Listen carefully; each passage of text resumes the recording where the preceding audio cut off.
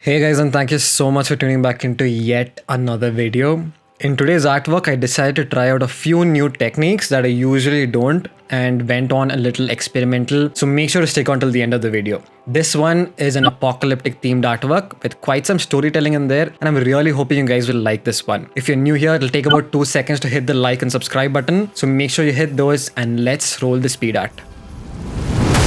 So most of the background elements that I decided to use for this artwork revolved around similar looking textures. So I tried my best to stick with it because if not, it'll either take some time to blend in different textured elements or it'll stick out like a sore thumb. Now here's a pro tip. Make sure you find these similar elements that I'm talking about in the same page or the same website that you decided to take all your other elements from. For example, if you decide to download a dragon image from Adobe Stock, there is a drop-down menu to find more dragons which is similar to the ones you just clicked. Similarly, most of the background images that I'm using are from just 2 different pages from DeviantArt. It is very evident from these textures that they are 3D modeled, and something from the way their rendering looks tells me that this was made in DAZ 3D, which is like a free open source software which can do basic modeling for your assets. These 3D rendered textures give a very different look and feel compared to real life images, which you would or would not like depending on your taste. I continued building the apocalyptic scene, and the subject looking distressed with some blood on her really helped in building the storyline. I was contemplating if I should use another circular cloud element for the sky, but then felt like I would keep things more in focus in the foreground and not in the background, so I discarded the idea.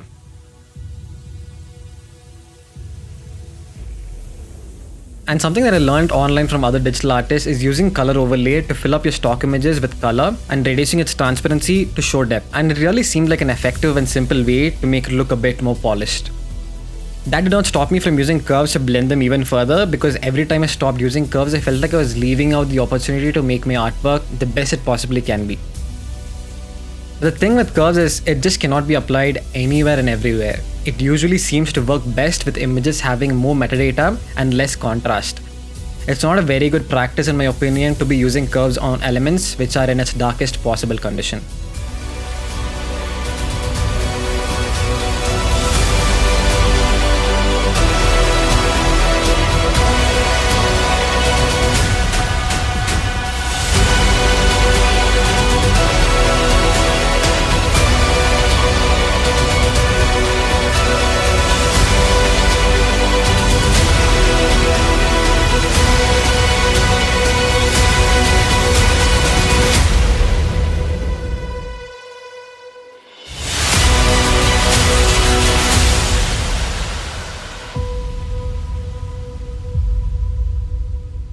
I got some people giving me feedback on this piece saying that I made the light source too big, but I felt like it made the artwork more dramatic, and I always choose drama and exaggeration over photo retouching. No disrespect to the people who are doing image retouching, it is a completely different art on its own, but there's no fun in retouching elements like the fun you get while going crazy and exaggerating on your images and exaggerating your image manipulation, filling it with drama.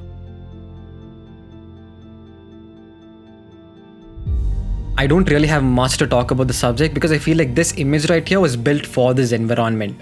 Even all the expressions and attire were on point.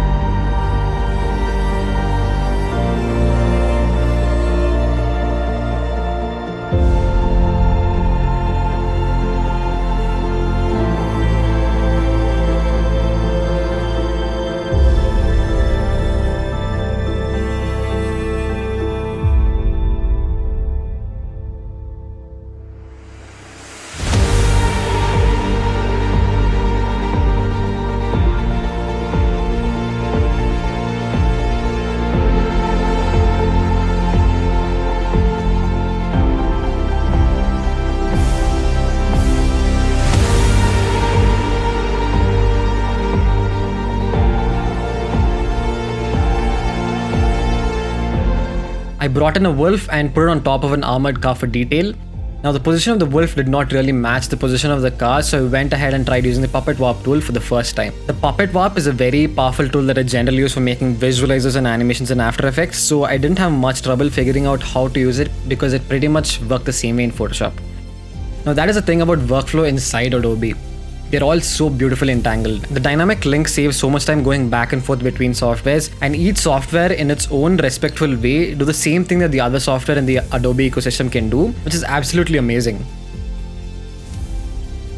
For one of the final background elements, I decided to bring in a Ferris wheel. Now you may ask why? Why is a Ferris wheel there? But if you think about it, Can you imagine one apocalyptic movie without a Ferris wheel? I for one cannot.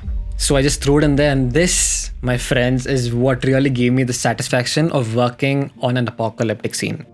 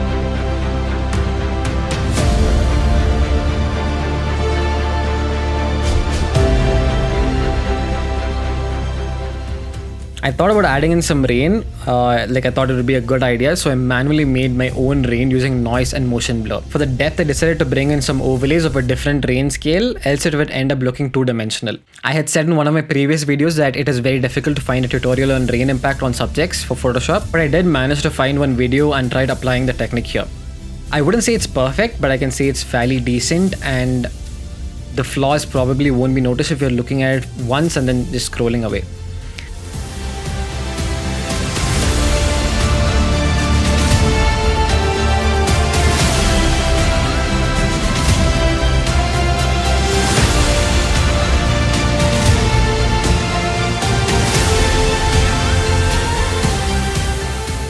I'll speed this up by 20 times as well because it's a very repetitive process and the idea is very much straightforward.